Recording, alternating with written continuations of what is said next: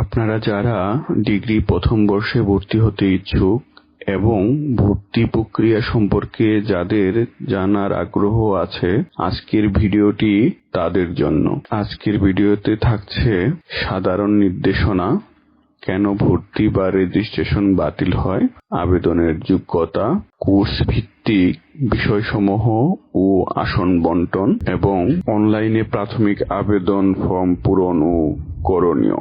তাহলে আমরা প্রথমেই কিছু সাধারণ নির্দেশনা দেখে নিই। আপনারা সকলে অবগত আছেন যে 5 তারিখ বিকেল 4টা থেকে অনলাইনে আবেদন প্রক্রিয়া শুরু হয়েছে। 30 জুন 2024 তারিখ রাত 12টা পর্যন্ত এই আবেদন প্রক্রিয়া চলবে। আমাদের এই নির্দেশনার মধ্যে সবচেয়ে গুরুত্বপূর্ণ যে নির্দেশনা সেটা হচ্ছে যে প্রাথমিক আবেদন ফর্মে কোনো আবেদনকারীর ছবি বা কোনো তথ্য ভুল অথবা অসম্পূর্ণ হলে বা অসম্পূর্ণ বলে প্রমাণিত হলে ওই আবেদনকারীর ভর্তি ও রেজিস্ট্রেশন বাতিল বলে গণ্য হবে।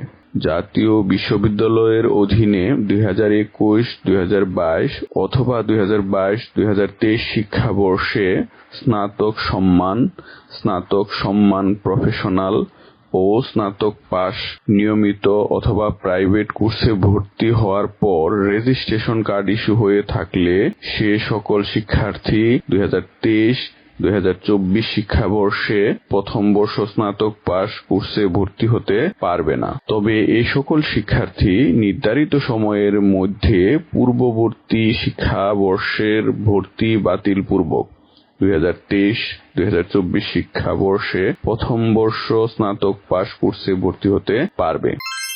একই শিক্ষাবর্ষে অথবা দুটি ভিন্ন শিক্ষাবর্ষে কোনো শিক্ষার্থী স্নাতক সম্মান প্রফেশনাল অথবা স্নাতক পাশ নিয়মিত অথবা প্রাইভেট কোর্সে দ্বৈত ভর্তি হলে তার উভয় ভর্তি ও রেজিস্ট্রেশন বাতিল বলে গণ্য হবে।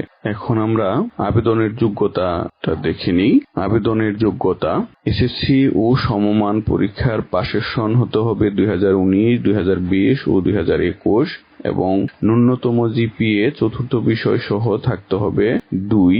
আর সাধারণ বোর্ডের ক্ষেত্রে এইচএসসি ও সমমান সকল শাখা, আর বাংলাদেশ কারিগরি শিক্ষা বোর্ড থেকে শুধুমাত্র HSC vocational, HSC business management and technology ও ডিপ্লোমা ইন কমার্স শাখার শিক্ষার্থীরা আবেদন করতে পারবে এবং এদের পাশের সন হতে হবে 2021, 2022, 2023।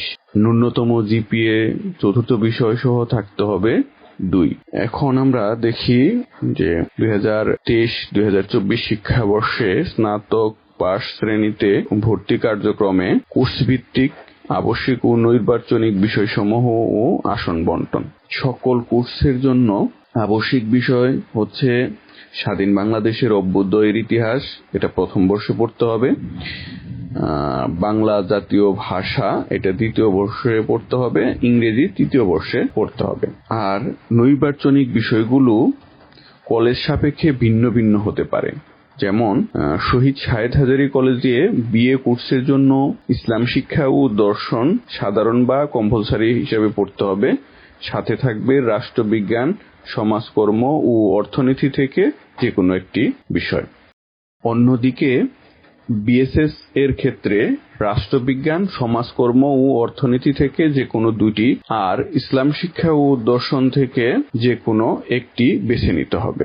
আবার বিএসসিতে ক ও খ গুচ্ছ পছন্দ করলে বিষয় হবে পদার্থবিজ্ঞান ও গণিত, সাথে রসায়ন, উদ্ভিদ বিজ্ঞান ও প্রাণী বিজ্ঞানের যে কোনো একটি, এবং গ ও ঘ গুচ্ছ পছন্দ করলে বিষয় হবে উদ্ভিদ বিজ্ঞান ও প্রাণী বিজ্ঞান, সাথে রসায়ন, পদার্থবিজ্ঞান ও গণিতের যে কোনো একটি। তাই আপনি যে কলেজে ভর্তি হতে ইচ্ছুক সে কলেজের বিষয় সম্পর্কে জেনে ভর্তি আবেদন করার চেষ্টা করুন। আসন বন্টনের যে বিষয়টি সেটি হচ্ছে বিএ কোর্সের জন্য মানবিক শাখা থেকে যারা পাশ করবে তারা পাবে 60% আসন, বিজ্ঞান শাখা থেকে যারা পাশ করবে তারা পাবে 20% আসন, ব্যবসায় শিক্ষা শাখা থেকে যারা পাশ করবে তারা পাবে 20% আসন। তবে উল্লেখ্য যে মেধা তালিকা দেওয়ার পরও যদি কোর্স ভিত্তিক আসন শূন্য থাকে সেক্ষেত্রে মানবিক বিজ্ঞান ও ব্যবসায় শিক্ষা শাখার জন্য নির্ধারিত আসন বন্টনের শতকরা হার রহিত করে রিড স্লিপের ফলাফল প্রকাশ করা হবে। বিএসএস এর ক্ষেত্রেও মানবিক শাখা থেকে যারা পাশ করবে তাদের জন্য 60% আসন, বিজ্ঞান শাখা থেকে 20%, আর ব্যবসায় শিক্ষা শাখা থেকে 20%। অবশ্য বিএসসির ক্ষেত্রে শুধুমাত্র বিজ্ঞান শাখা থেকে যারা পাশ করবে তাদেরই আবেদন করার সুযোগ আছে। এখন আমরা অনলাইনে প্রাথমিক আবেদন ফর্ম পূরণ ও করণীয় এই বিষয়টা একটু দেখি। প্রথম কাজ হচ্ছে আমাদের লগ ইন। আবেদনকারীকে ভর্তি বিষয়ক ওয়েবসাইটের ডিগ্রি পাস ট্যাবে গিয়ে অ্যাপ্লাই নাও ডিগ্রি পাস অপশনে ক্লিক করতে হবে এবং ওয়েবসাইটে প্রদর্শিত তথ্য ছকে এসএসসি ও সমমান ও উচ্চ মাধ্যমিক বা সমমান পরীক্ষার রোল নম্বর, রেজিস্ট্রেশন নম্বর, শিক্ষা বোর্ড অথবা বিশ্ববিদ্যালয় পাশের এরপরের ধাপ হচ্ছে সঠিক লিঙ্গ নির্ধারণ।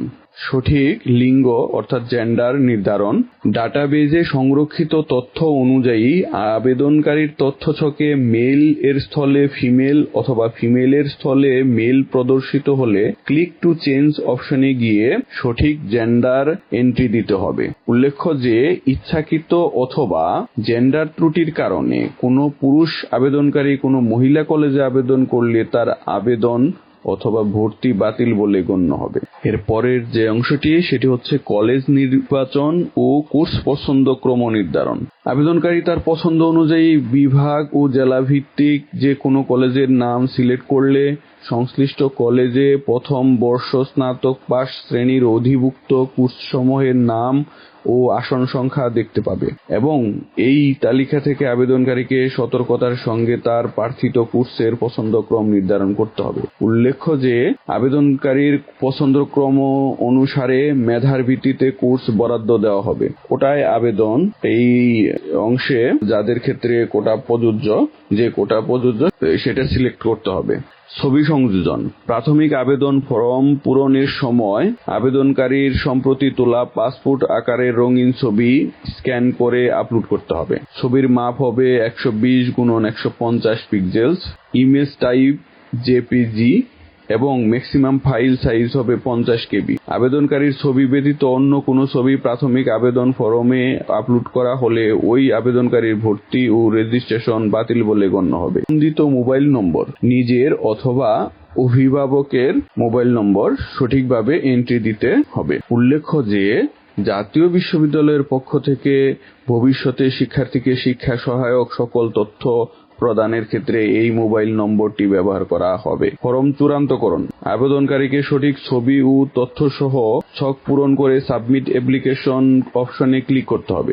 এ পর্যায়ে আবেদনকারীর রোল নম্বর ও পিন ওয়েবসাইটে প্রদর্শিত হবে এবং আবেদনকারীকে ফর্মটি ডাউনলোড করে A4 সাইজের অফসেট সাদা কাগজে প্রিন্ট অথবা পিডিএফ কপি সংগ্রহ করতে হবে। আবেদন ফর্ম বাতিলকরণ অথবা ত্রুটিপূর্ণ ছবি পরিবর্তন। আবেদনকারীকে তার প্রাথমিক আবেদন ফর্মে প্রদর্শিত সকল তথ্য ও ছবি সঠিক আছে কিনা তা পুঙ্খানুপুঙ্খভাবে যাচাই করে নিতে হবে।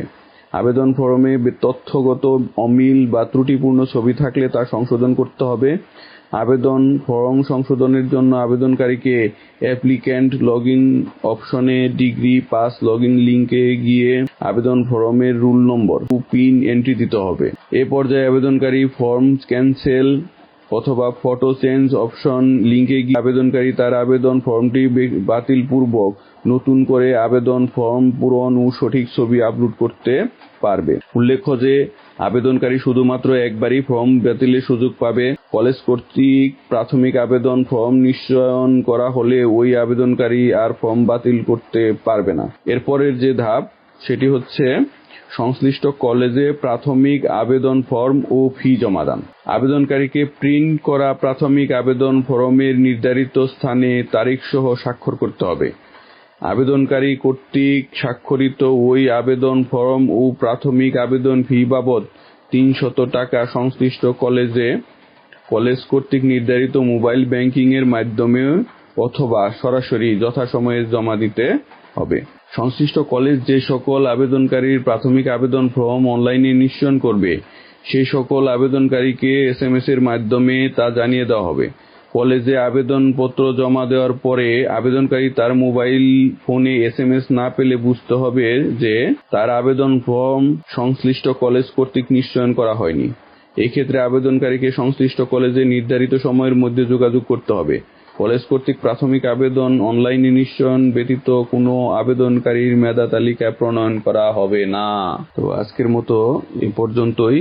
আগামী পর্বে ফলাফল ও মেধা তালিকা প্রণয়ন পদ্ধতি বা মেধা তালিকায় স্থানপ্রাপ্ত শিক্ষার্থীদের ভর্তি সম্পর্কিত করণীয়, দ্বৈত ভর্তি বাতিল সম্পর্কিত জ্ঞাতব্য, রিলিজ স্লিপে আবেদন করার শর্তাবলী ও ফরম পূরণ সম্পর্কিত করণীয় প্রভৃতি বিষয় নিয়ে আবার আলোচনা করব।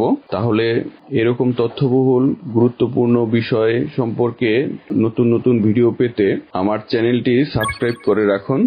সাথে থাকা বেল আইকনটি অল করে দিন, যে কোনো ভিডিও আসলে আপনি যাতে করে পরবর্তী সবার আগে দেখতে পান। আর ভিডিওটি ভালো লাগলে অবশ্যই লাইক করবেন, কমেন্ট করে উৎসাহ দেবেন। এই প্রত্যাশা, সকলের সুস্থ ও নিরাপদ জীবনের জন্য শুভকামনা জানিয়ে আজকের মতো শেষ করছি। ভিডিওটি ধৈর্য ধরে দেখার জন্য সকলকে অসংখ্য ধন্যবাদ।